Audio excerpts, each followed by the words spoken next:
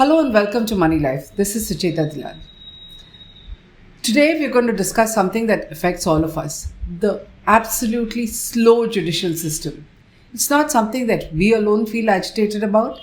Apparently the Supreme Court is also concerned, so is the government, but for 70 years it's been nothing more than lip service while the system has virtually broken down. This column is not about justice in general, but specific to financial scams. And the fact that India can never be considered a superpower, whatever its wannabe expectations, until it knows how to resolve financial scams within a defined and definite short period. That's not happening. Instead, look at the state of our judicial system. On 30th April, the Chief Justice of India, N.V. Ramana, in a speech said that there are 40 million cases pending in the lower courts, and the government of India was the biggest litigant, accounting for half of those cases. 2 days later, at a reception, the Attorney General of India, K.K. Venugopal, put the number of pending cases at 4.2 million, a little more. Somewhere else I've read 4.5 million. He says these are pending at the district level. What he said was, and I quote, "A large number of cases are pending for more than 30 years. The question is, with an average pendency of 8 years in the trial court and 8 years in the high court as well, how would the litigant have confidence in the justice delivery system?" Now, I'm going to talk about something else that's going on for 30 years, which is the cases pertaining to the security scam of 92. This year, it's exactly 30 years. And these cases don't stop at the high court. They go all the way to the Supreme Court, which means that they drag on and the pendency is much, much more. Now, many believe that filling up judicial vacancies is the answer. You increase the number of judges, the cases will vanish. But ask anybody who has a case pending in any court in India, and they will reduce the problem to just one simple line: Tariq pe tariq. Adjournment after adjournment. The real reason for pendency is not how many judges we have, but never-ending adjournments on the flimsiest of reasons. This happens because there's absolutely no pressure on judges to dispose of a certain number of cases every month. And worse, lawyers charge an appearance fee per hearing, which means that they are the biggest beneficiaries of postponements at the cost of the litigant. Now, when the litigant is a company or the government, it's taxpayers' money, but when it's an individual, it is literally justice denied. The judiciary blames the executive blames the judiciary.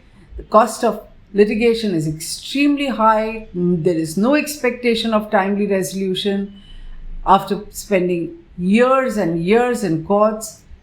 And Indian courts are most niggardly about granting exemplary damages. So if you've been dragged through the judicial process, or you've been wrongly arrested, or something goes wrong with you, you can't even expect an exemplary compensation like happens in the US or other developed countries. So there's not even that little hope, which is why Indians are fast losing faith in the justice system. Delayed justice, even more meaningless when it comes to financial scams, because it's an opportunity lost for investment and higher returns, and the value of money recovered after 10, 20, 30 years is so pointless, especially after you deduct the cost of really expensive litigation at multiple levels. Last week, the Economic Times had an article which suggested that at least on one small part of it, things may be moving forward. It said the Finance Ministry had asked tax authorities to complete pending disputes related to stockbroker Harshad Mehta in the security scam of 92. Now, the tax department has in turn asked for a dedicated bench of the Income Tax Appellate Tribunal. I'll just call it the Appellate Tribunal, so that this matter can be heard fast and hopefully resolved. My question is, will this bring an end to a shameful example of India's inability to deal with large financial scandals? Please remember, even in the security scam of 92, Harshad Mehta was the big player, but one player. There were foreign banks, the Indian public sector banks, there were other entities like Fair Growth, there were a whole bunch of other brokers, Bhupen Dalal, Hiten Dalal, who were dragged into it. So it's a lot bigger. The finance ministry is focused on Harshad Mehta. Not the end of the story. Now, let's go back a little to history. In 92, when this broke as the biggest financial scandal, in fact, I reported that story on 23rd April 92. At that time, the government had just begun the process of about a year earlier of economic liberalization. This happened in 1991. It ended decades of insular, restrictive business policies. So when the scam happened and there was huge noise in Parliament, the government was at least serious about expeditious trial. So it's enacted a special law for, can I quote, speedy trial of offences relating to transactions in securities and disposal of properties of notified parties, or what you would call scam accused, who were attached by the custodian. This was called the Special Court Trial of Offences Relating to Transactions in Securities Act of 92. It was passed immediately, but over the next 30 years, you can see that it was pointless. No speedy trial, nothing expeditious has happened. In fact, if anything, over the decades, a special court and the custodian have become like permanent establishments in government. They have their own dedicated website, which as of 6th April 2022, which is just a few days ago, showed 60 pending cases. More are being added. In fact, if you look at their case list, there are new cases and orders and hearings every single year. Now, this special court over the last 30 years has seen 15 judges. Some of them were elevated to the Supreme Court, some retired as Chief Justices. Did it make a difference? Did anyone in the highest office say, let's do something to hurry this up because that was the idea of the act? No such luck. Meanwhile, at least two of the accused, Harshad's brother Ashwin Mehta and Bhupen Dalal, who was one of the main notified parties and accused in the Standard Chartered end of the scam, have both become qualified lawyers, argue their own cases, help others, because very obviously nobody understands the issues better than them. Everybody is coming new into it, whether it's the police, the custodian, the judges, the lawyers. Only these two have been there for 30 years. And of course, all those who are accused. Now, although the court and the custodian remain zealously at work, I've talked about their continuous activity, no attempt to correct key mistakes. What were these mistakes? And I've been writing this for all these 30 years, that you mixed up civil and criminal cases. Civil cases could easily have been settled by negotiation with some pressure from the regulators and the ministry. Criminal matters should have been left to the special court. You would have seen some pragmatism, you would have seen things coming to an end, you would not have seen such losses. The office of the custodian, which impounds and disburses assets of notified parties, has to wait for court orders. Strangely enough, it's headquartered in Delhi. It's as though the finance ministry wanted to control it and call the shots. Not in Bombay, where the special court is, not in Bombay, where there is more understanding about capital markets and what was going on. So two branches in Mumbai and Bangalore, main office in Delhi under the Department of Financial Supervision. Don't ask me why. It explains why things have dragged. Because if you ask me, the simple answer is politicians and the finance ministry wanted control. So now let's come back to the Economic Times story. Is it going to change because the finance ministry wants to push the tax department to hurry up with tax demands on the Harshad Mehta family? Now let's get into the genesis of this as well. The demand for 93-94 on the Harshad family or Harshad group, because remember, this is the family, 4 brothers, their wives, as well as a brokerage business, Gromore and a few other companies, and any number of other shell companies that they set up, the Mahanti group, all that happened. But for 93-94, the tax demand was 7,374 crore. Okay, this was based on an income of 2,106 crores. These numbers look small today. In 92, they were huge. Now, at one time, the income tax department had even made the claim of as high as 11,174 crores. This included interest, penalty, disallowances, and all kinds of confusion that the tax department itself had between personal income and business dealings of that family.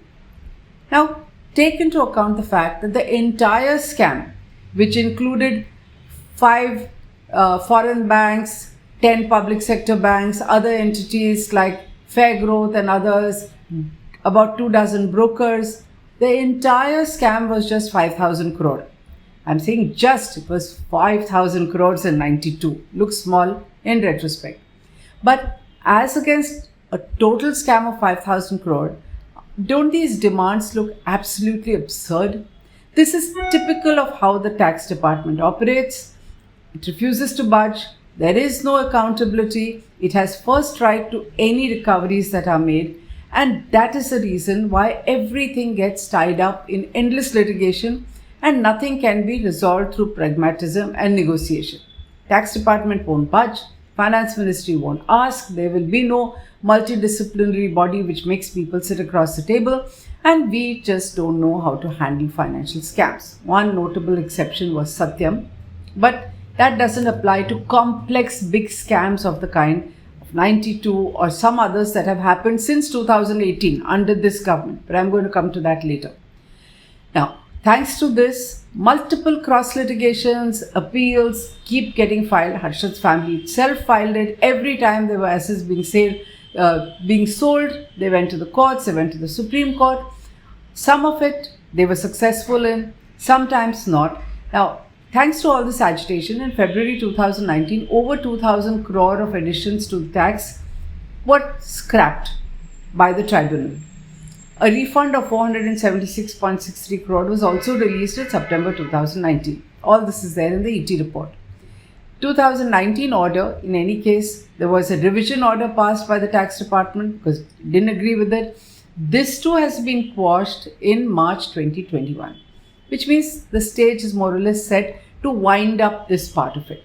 But as I repeatedly say, this is just one part. Harshad Mehta's family was not alone in getting refunds or payments, and these are not limited to the tax dispute. Several other persons and entities involved in the scam, especially public sector banks, have had money returned to them. So the custodian not only has to return to Harshad, it has returned a lot of money, in fact in thousands of crores once there is a court order. It has also been pursuing and recovering money on behalf of all the scam accused. So each time in their charge sheets or to the CBI, they said, we had to get money from X, Y, and Z, which didn't come. The custodian went after them. That money has come. Nothing gets dispersed without a court order. It remains in the custody of the custodian. Now, like I said, they've been so zealous, sometimes their actions are even illogical. In 2017, suddenly woke up 21 years after an order about Harshad's Benami assets. This is a whole new chapter which is there in our book, The Scam, which we wrote in 92. Sent out 1,500 notices, some of them for people who had just 20 shares of ACC. What did it want? It wanted those shares along with all the dividends for 21 years, as well as simple interest of 15% for 25 years. Those were the days in 92 when these were physical shares. They were dematerialized. Nobody even knows what was tainted and what was not, how many hands it passed through. These were not even the true owners. Anyway, there was such a hue and cry that they quietly seem to have dropped it because nothing is heard. And this is how the investigation has been progressing after the first 4-5 years when people were interested. Afterwards, nobody is even interested in what happens. Custodian also released payments from Harshad Mehta's firms, the money impounded with it, so to banks as well as the income tax department. So 2,194 crore from Harshad's assets were released to State Bank of India and the income tax department in as far back as 2011. In February 2012, it initiated fresh action. So like I'm saying, that it's not just about, Harshad Mehta is not the 92 scam. He was the key player. There were others. Ketan Parekh was a satellite office of those days, then grew into a big standalone central figure in the 2000-2001 scam. He destroyed Madhapura Mercantile Bank. So suddenly the custodian woke up and sent notices. What happened to that? We don't know. Sudden silence. Maybe that case is languishing somewhere. Decades later it may come up. Like I said, there's an incentive to keep dragging things. Now, while we wait to see whether the finance ministry is really serious this time, even for starters, to start with the Harshad Mehta family. Obviously, after a tele-serial, suddenly everyone is very aware of what happened those days and there's a lot of interest. Will they be able to resolve even that? Because if you ask me, there's no end in sight for the rest of the cases involving PSB banks, public sector banks, as well as others named in the action. The court looks like set to carry on for another 10 years, 40, 50 years. It's a joke. It's an embarrassment. Long defunct companies like Fair Growth Financial Services remain in court. And after the merger of public sector banks, all the claims and counterclaims have got even more complicated. It requires fresh orders and acknowledgement. It is a quagmire. It is ridiculous. And this is just going to go on and on forever because the finance ministry seems completely unaware. The rest of the political establishment doesn't care. Taxpayers' money is spent on the litigation. There is no attempt to get a pragmatic solution. Until it's done, PSPs and the tax department will remain in court and they will spend taxpayers' money, because if they don't, there'll be questions maybe from central vigilance or investigation agencies. Nobody who's in government wants to take a chance. So while the litigation in 92 drags on, like I pointed out earlier, in 2018 onwards, you have other huge ones. So Diwan Housing, nearly 1 lakh crore. Infrastructure leasing and financial services, another 1 lakh crore outstanding. It had 347 companies. Now, IL&FS alone has spawned hundreds of cases. These are before the bankruptcy court, the NCLT and NCLAT, which means this can go on for decades. So while they sack the board, put in a new board which says these are recoveries possible, they have got recovered about 60% of the outstanding debt of IL&FS, will be tied up in litigation. The NCLAT or whatever will act like a custodian, or maybe this new board will keep the money and act like a custodian. Nothing will be paid out. Nothing will be resolved. The government and the Supreme Court can play a blame game, pay lip service to pendency. To most people, the process will be a punishment. Taxpayers' money will be burnt, and only those who have the resources to game the system are going to benefit. Some disruption is imperative to keep the hope of justice alive, and if India wants to be taken seriously as a business destination over the long run.